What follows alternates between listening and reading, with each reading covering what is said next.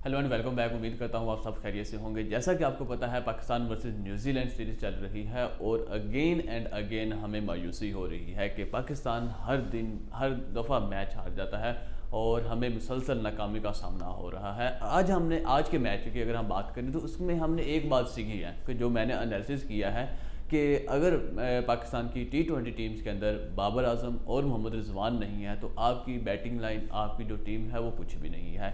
क्योंकि पीछे हमने देखा है कि बाबर रन्स कर रहे थे और आज हमने देखा है कि बाबर आउट हो गए हैं और मोहम्मद रिजवान ने रन्स किए हैं। इसके बाद अगर आप पूरी प्लेइंग 11 में देख लो कि हमारे जो बैटर्स हैं उसने क्या किया है, उसने कितने रन्स किए हुए हैं, तो उसमें कुछ भी नहीं है। यहाँ पे आज हमने पहले एक्चुअली हुआ ये था कि आज हमने टॉस हारी है और न्यूजीलैंड ने पहले बॉलिंग करने का फैसला किया है और पाकिस्तान ने पहले बैटिंग की है और उसके अंदर सारे के सारे आउट हुए हैं। सिर्फ मोहम्मद रिजवान ने 90 स्कोर किए हैं और बाकी सब ने मिलके 60 स्कोर किए हैं। तो ये टोटल जो इन्होंने किए हैं 156 का टारगेट था।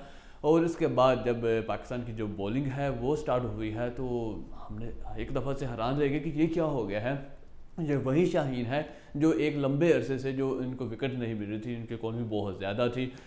वो जो भी जो प्लेयर है वो आता था इसको छक्के पे छक्का मारता था और आज भी स्टार्ट कुछ ऐसा ही हुआ था। जो फिन एलन है जिसने पहले 3 मैचेस के अंदर आके जो पाकिस्तानी बॉलर्स की अच्छी खासी धुलाई की है। पहले मैच में से 27, फिर 64, फिर 137 हमारे बॉलर्स को मारे हैं। उसने एक ओवर्स के अंदर 25-25-30 स्कोर लगाए हैं और आज आते ही उन्होंने 3 बॉल्स के जो पहली है उस पर भी हमें ऐसा लग रहा था कि आउट होगा, लेकिन उसके बाद उसने 2 चौके बैक टू बैक लगाए हैं और फिर फॉर्चुनेटली उसका क्या हुआ, उसका कैच निकल आया और वहाँ पे शाहीन को पहले विकेट मिली है, फिर दूसरी विकेट, फिर तीसरी विकेट। हमें ऐसा लगा कि पाकिस्तान ये मैच टफ करेगा। ये जो एक मुकाबला है, चाहे जो टारगेट है वो इतना ज़्यादा नहीं है, लेकिन हमें ये लगा कि यहाँ पे एक अच्छी फाइट हो सकती है। लेकिन उसके बाद जो ग्लेन फिलिप्स हैं और जो डैरियल मिचेल हैं ये 2 खड़े हो गए और इनको ये नहीं आया कि ये आउट नहीं हुए, इनको इन्होंने चांस नहीं दिए या आउट हो नहीं सकते थे।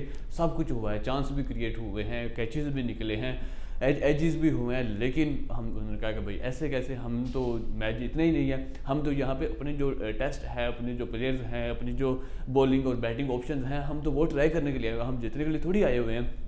जो ये हमें इतने पाकिस्तानी लोग, जितने फैंस देखते हैं, ये तो सारे पागल हैं। ये तो बस ऐसे अपना टाइम वेस्ट करने के लगे हुए हैं, हम मैच जीतने के लिए नहीं आए हुए। और इन्होंने एक कैच भी नहीं पकड़ा। मोहम्मद वसीम जूनियर ये क्या मतलब इतने वहाँ पे खड़ा अपना बाल संवारता रहता है, ये मतलब वहाँ पे इनके हाथों में कैच आया है, लेकिन बजाय इसके कि जो कैच पकड़ने के बॉल पकड़ने बॉल से बच रहा है। और वो पहला कैच जिसने ड्रॉप किया है उसके बाद साहिबजादा फरहान, ये कौन सी डरी हुई बिल्ली आप उठा के ले आए हो कि ये जो साहिबजादा फरहान है जिसको आपने चांस दे दिया। मुझे नहीं समझ आया कि ये प्लेयर है, ये एक्सपीरियंस के साथ आया है या ये पहले खेला भी है कि नहीं। ये जब बैटिंग करने के लिए आया हुआ है तब ये डरी हुई बिल्ली बनी हुई थी कि जिस तरीके से इसने ये सिंगल लिया उसके बाद जो पुल शॉट है, ऐसे पुल शॉट लगाते हैं, इतनी तेरी जान है तो थोड़ी जान लगा के पुल शॉट मारो, पता लगे कि भाई यहाँ पे डेब्यू करने के लिए लड़का आया हुआ है। तो यार जैसे भी ये जो सैम अयूब है उसने स्टार्ट किया, उसने एक अपनी हाइप क्रिएट कर ली है, चाहे उसने रन्स किए हैं या नहीं किए, लेकिन अब उसका नाम लोग जानते हैं कि सैम अयूब ने ये किया था। तू भी आता, तू भी पुल शॉट मार, तुम्हें भी लोग जाने कि भाई जो डेब्यू के लिए लड़का है वह जो साहिबजादा फरहान है, उसको लड़के को चांस मिला, उसमें प्रूव करके देख लिया। हमने देखा है कि जो जितने भी यंगस्टर्स हैं ना, ये रोना रोते रहते हैं कि हमें चांस नहीं मिलता, हमें चांस नहीं मिलता। जब इनको चांस दिया जाता है तो फिर इनसे प्रूव नहीं किया जाता। अब आपको चांस मिल गया है तो एटलीस्ट आप प्रूव करो। उसामा मीर की अगर बात कर लो तो उसामा मीर को चांस दिया गया है तो उसने भी मतलब तबाही उतारी है। उसने भी कहा मैं किसी से कम नहीं हूँ, तो उसको भी इतने ज़्यादा रन्स लगे हैं और उसने भी बहुत ही मायूस किया है। अब अगर उसको चांस नहीं मिलेगा तो फिर उसका यही होगा भाई जो ये यंगस्टर्स हैं उनको चांस नहीं दिया जाता। उसके बाद सैम अयूब उसने भी कुछ नहीं किया, आज़म खान उसने कुछ नहीं किया और इसके साथ जो आज साहिबजादा फरहान को ऐड किया गया है उसने भी कुछ नहीं किया, उसने भी मायूस किया है। और इसके बाद हम अगर उम्र सीधा लोगों की बात कर लें, यहाँ पे इफ्तिखार अहमद की, या मैं तो कहता हूँ ये कंपेन चलनी चाहिए कि इफ्तिखार अहमद को ड्रॉप किया जाए। और कितने चांस देना है इफ्तिखार अहमद को, पूरी उम्र हो गई है उसको खेलते हुए, लेकिन कभी भी उसने क्रूशियल टाइम पे पाकिस्तान के लिए डिलीवर नहीं किया। कोई ऐसा मोमेंट मुझे याद नहीं आता, कोई ऐसा मैच नहीं है जहाँ पे मुझे ये लगा हो कि अगर इफ्तिखार अहमद खड़ा हुआ है तो ये मैच फिनिश करके जाएगा। अगर कहीं भी इसने हिट की भी है, कोई रन किए भी हैं, लेकिन वो पाकिस्तान के किसी काम नहीं है। वो इसके अपनी पोजीशन स्ट्रॉन्ग करने के लिए इसको काम ज़रूर आए होंगे। जब ये 5-7 मैचेस को हो जाते हैं कि भाई अब लगता है कि अब अगर मैंने परफॉर्म ना किया तो मुझे ये ड्रॉप कर दिया जाएगा। तो उस टाइम पे ये कोई एक आध इनिंग ऐसे ही खेल देता है, उसके बाद फिर ये अपनी आई पे आ जाता है। और अब ये इसने आज फिर ये पूरे 4 मैचेस हो गए हैं, इसने कुछ भी नहीं किया। इसमें पीछे वर्ल्ड कप के अंदर आप देख लो इसकी कारकर्दगी 0 है, उसके पीछे एशिया कप तक आप देख लो इसने कुछ भी नहीं किया। वह उसके पहले अच्छी खासी टीम थी, उसके बाद ये एशिया कप से हम बाहर हुए हैं, उसके बाद हमने पूरा वर्ल्ड कप खेला है, उसके बाद ये ऑस्ट्रेलिया के साथ सीरीज़ हो गया, न्यूजीलैंड के साथ सीरीज़ हो गई। मुसलसल हमारा यही रोना है, कभी हमारी बॉलिंग एक्सपोज हो गई, कभी बैटिंग एक्सपोज हो गई है, कभी हमारी पूरी फील्डिंग हो गया, कभी कैचेस ड्रॉप हो गए हैं। ये सारा सिनेरियो आखिर कब तक चलता रहेगा? अगर यही है तो ये 40-50 लाख ये किस चीज़ का लेते हैं? इन्हीं चीज़ों का लेते हैं कि आप एक चीज़ आपसे होगी है तो आप उस चीज़ पे आपको उस चीज़ पे वर्क करना चाहिए बजाय इसके, लेकिन आप बड़ी ढिलाई के साथ मुसलसल हार जा रहे हो और आप यही कह रहे हो कि हमारे ऊपर ये मुश्किल टाइम है। भाई कितना मुश्किल टाइम है? आप कब वापस आओगे हमें बता दो, हम उस टाइम पे आपको देख लेंगे। अभी हम डेली अपना टाइम लगा, इतनी सुबह उठ के हमने आपको जो मैच है वो देखा है, वो मैचेस सारे रिकवर किए हैं, लेकिन एट द एंड वही मायूसी हुई है। आपकी जो बैटिंग है वो बुरे तरीके से एक्सपोज हुई है। इसमें सिर्फ 2 ही बंदे हमें नजर आते हैं, बाबर आजम और मोहम्मद रिजवान। इसके अलावा सारी टीम ख़त्म कर दो, क्योंकि वो तो सारे खेलने के लिए आते ही नहीं हैं। सिर्फ मोहम्मद नवाज़ है, उसने एट द एंड कुछ स्कोर किए हैं, लेकिन जो बातों की यार हर दिन हमारा वही रोना होता है कि आज इसने ये नहीं किया, आज इसने ये नहीं किया। लेकिन एट द एंड यही होता है कि जो आपकी जो टीम परफॉर्मेंस है वो आप नज़र नहीं आती। जो आपकी टीम परफॉर्मेंस होनी चाहिए वो आप लोग नहीं करते हो। हमने भी देखा है कि पहले 2 ओवर्स के अंदर पहले 3 ओवर्स के अंदर आपकी न्यूजीलैंड की जो 3 विकेट्स आउट हुई हैं, उसके बाद हमने देखा उन्होंने कैसे रिकवर किया है। यहाँ पे अगर पाकिस्तान की 3 विकेट्स आउट हो जाती फिर हम देखते ये 160 कैसे चेस कर पाते हैं। मुझे नहीं लगना क्या 100% श्योर है कि मुझे अगर आपकी ये 3 विकेट्स आउट हो जाती तो आप ये 160 चेज भी कर जाते हैं। वो 2 बंदे खड़े रहे हैं और उन्होंने वो मैच जितवा के गए हैं। नो डाउट आपने उनको चांस दिए हैं, उन्होंने नहीं कहा था कि हमें चांस दो, हमारे कैच ड्रॉप करो, लेकिन आप लोगों ने किए हैं और उन्होंने वो मैच जितवा के गए हैं। सिर्फ 2 ही आदमी थे जो ये पूरा का पूरा आपकी जो पूरे 6-7 बंदों ने किया है, वो 2 आदमी आके वो चेज करके जा रहे हैं। तो यहाँ पे हम मैच समरी की देख लेते हैं कि इन्होंने आखिर जो पाकिस्तान न्यूजीलैंड ने बॉलिंग की है तो पाकिस्तान के बैटर्स क्या कारनामा कर पाए हैं। जो सबसे पहले जो सैम अयूब हैं उन्होंने 1 स्कोर किया है, 6 बॉल्स खेली हैं। तो ये क्या सिर्फ एक ही दिन के अंदर उन्होंने कुछ करना था? उसके बाद क्या इसकी मैंने वही बताया ना आपको कि ये जब आते हैं तो एक इनिंग ऐसी खेल देते हैं कि अगले 10 के लिए वो अपनी जगह पक्की करते हैं और उसके बाद वो कहते हैं कि भाई अब हमारा काम ख़त्म हो गया। तो यही सैम अयूब काम कर रहे हैं। उसके बाद जो मोहम्मद रिजवान है वो नॉट आउट हो रहे हैं, 63 बॉल्स पे 90 स्कोर किए हैं। तो लोग कह रहे हैं कि इसको टेस्ट मैच खेलना चाहिए, तो फिर आप आके खेलो।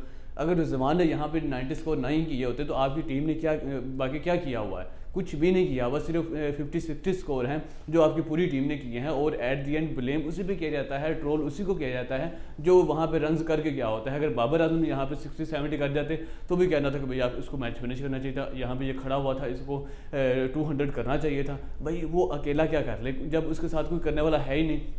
उसके बाद इसके साथ जो इफ्तिखार अहमद हैं वो खेलते रहे, उसने कुछ नहीं किया, फ़खर उसने कुछ नहीं किया, बाबर आजम आउट हो गए हैं। तो ये इसके बाद साहिबजादा फरहान साहब आए हैं, वो तो हैं साहिब, तो उन्होंने भी कुछ नहीं किया। तो ये जो मोहम्मद रिजवान है ये अकेला क्या कर रहा था, लेकिन बहुत अच्छा खेल गए हैं, 90 स्कोर किए हैं। इसको अपनी हम यही कह रहे थे कि सेंचुरी कंप्लीट कर लेते, लेकिन वो सेंचुरी कंप्लीट नहीं कर पाए।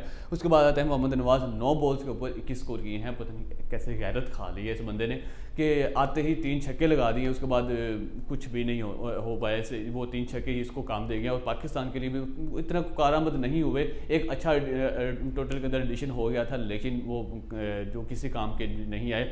और इसके बाद आते हैं बाबर आजम, 11 बॉल्स पे 19 स्कोर हैं।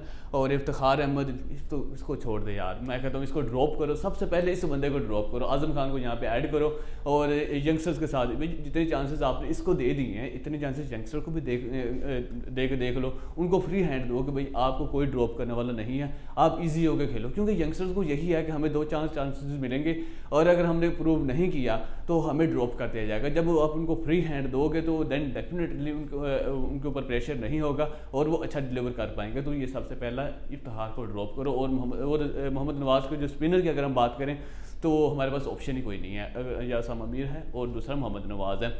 और इसके बाद अगर हम इनकी बॉलिंग की बात करें तो मैट हेनरी हैं, इन्होंने 22 स्कोर दिए हैं, 2 विकेट्स को भी आउट किया है। यहाँ पे आप इकोनॉमी चेक करते जाना, हालांकि जो न्यूजीलैंड है उनको इतना बड़ा टारगेट चेस करने की ज़रूरत भी नहीं थी, लेकिन फिर भी आप उनको देख लें, उन्होंने 18 ओवर्स के अंदर वो रन पूरे किए हैं। अगर वो चाहते 19 और 20 में भी जा सकते थे, लेकिन उन्होंने 2 ओवर्स पहले उन्होंने खुद को सेव रखा है। अगर हम आउट भी होते हैं तो दूसरे जो बैटर है न्यू है उसके ऊपर प्रेशर ना आए, उसके बाद टाइम हो सेट होने के लिए। उसके बाद आते हैं लोकी फर्गूसन, उन्होंने 27 स्कोर दिए हैं, 2 विकेट्स को आउट किया है। और उसके बाद मिलने हैं, इन्होंने 49 स्कोर दिए हैं, 1 विकेट को आउट किया है। तो ये उनकी जो बॉलिंग लाइन है। और इसके बाद अगर हम इनकी न्यूजीलैंड की बैटिंग की बात कर लें तो इसमें 2 ही नाम हैं, एक डैरियल मिचेल है और दूसरा ग्लेन फिलिप्स हैं। डैरियल मिचेल ने 72 स्कोर किए हैं 44 बॉल्स के ऊपर और नॉट आउट रहे हैं, सबसे इंपॉर्टेंट। और दूसरा ग्लेन फिलिप्स हैं, वो उन्होंने भी 70 स्कोर किए हैं 52 बॉल्स के ऊपर। ये मतलब इन्होंने जो प्रेशर है ना, ये बिल्कुल भी नहीं लिया जैसे पाकिस्तानी वहाँ पे प्रेशर लेते हैं, 1-2 विकेट्स आउट हो जाते हैं। इनकी 3 ओवर्स के अंदर 3 विकेट्स आउट हो गई हैं। और उसके बाद ये 2 बंदे आगे खड़े हुए हैं, ऐसा सेट हुए हैं कि फिर इन्होंने सबको सेट किया है। और फिर छक्के भी मारे, हम ये कह रहे थे कि इन्होंने छक्के नहीं मारे, फिर बाद में सब कुछ इन्होंने किया है, लेकिन सबसे पहले ये खुद सेट हुए हैं। उसके बाद इन्होंने चार्ज पकड़ा और जो रिक्वायर था उससे अच्छा डिलीवर किया है। तो इसके बाद अगर हम पाकिस्तान के बॉलर्स की बात करें तो सिर्फ एक ही नाम है, शहीनशाह अफरीदी। उन्होंने पहले 2 ओवर्स के अंदर उन्होंने 3 विकेट्स को आउट किया है और इसके साथ उन्होंने 34 रन भी दिए हैं।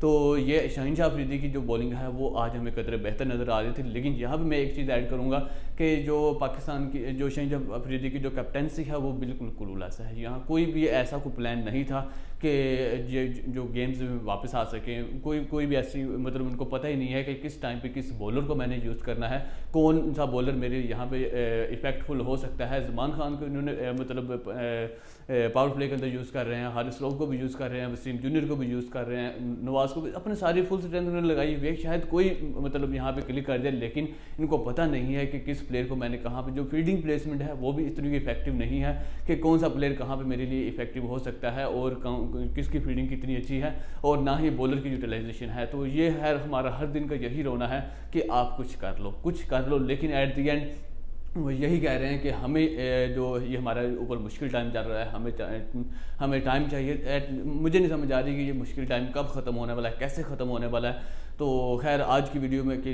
अंदर इतना ही। ये जो पाकिस्तान है ये 4-0 के साथ ये सीरीज़ हारने वाला है और आगे जो एक रह गया है, मुझे नहीं लगता कि इसी टीम के साथ, इसी प्लान के साथ ये मैच जीतेंगे। तो हम यही एक्सपेक्ट करते हैं, उम्मीद करते हैं कि शायद हम आगे जो 5-1 कर सकें। तो उम्मीद करते हैं पाकिस्तान आगे वाला मैच जीतेगा। तो अभी मुझे लगता है कि ये मुश्किल होने वाला है। तो अभी तक इस वीडियो के अंदर इतना ही। अगर आपने चैनल को सब्सक्राइब नहीं किया वो कर लें, और वीडियो अच्छी लगी हो तो उसको भी लाइक कर दें, और कमेंट सेक्शन में ज़रूर बताइएगा कि पाकिस्तान के साथ ऐसा क्यों हो रहा है। ये मैच मुसलसल इतने एक अरसा हो गया पाकिस्तान मैच क्यों नहीं जीत रहा। तो इस चीज़ का भी आप कमेंट सेक्शन में ज़रूर बताइएगा। तो अभी तक के लिए इतना ही, मुझे दी इजाज़त, हम मिलते हैं नेक्स्ट वीडियो के अंदर।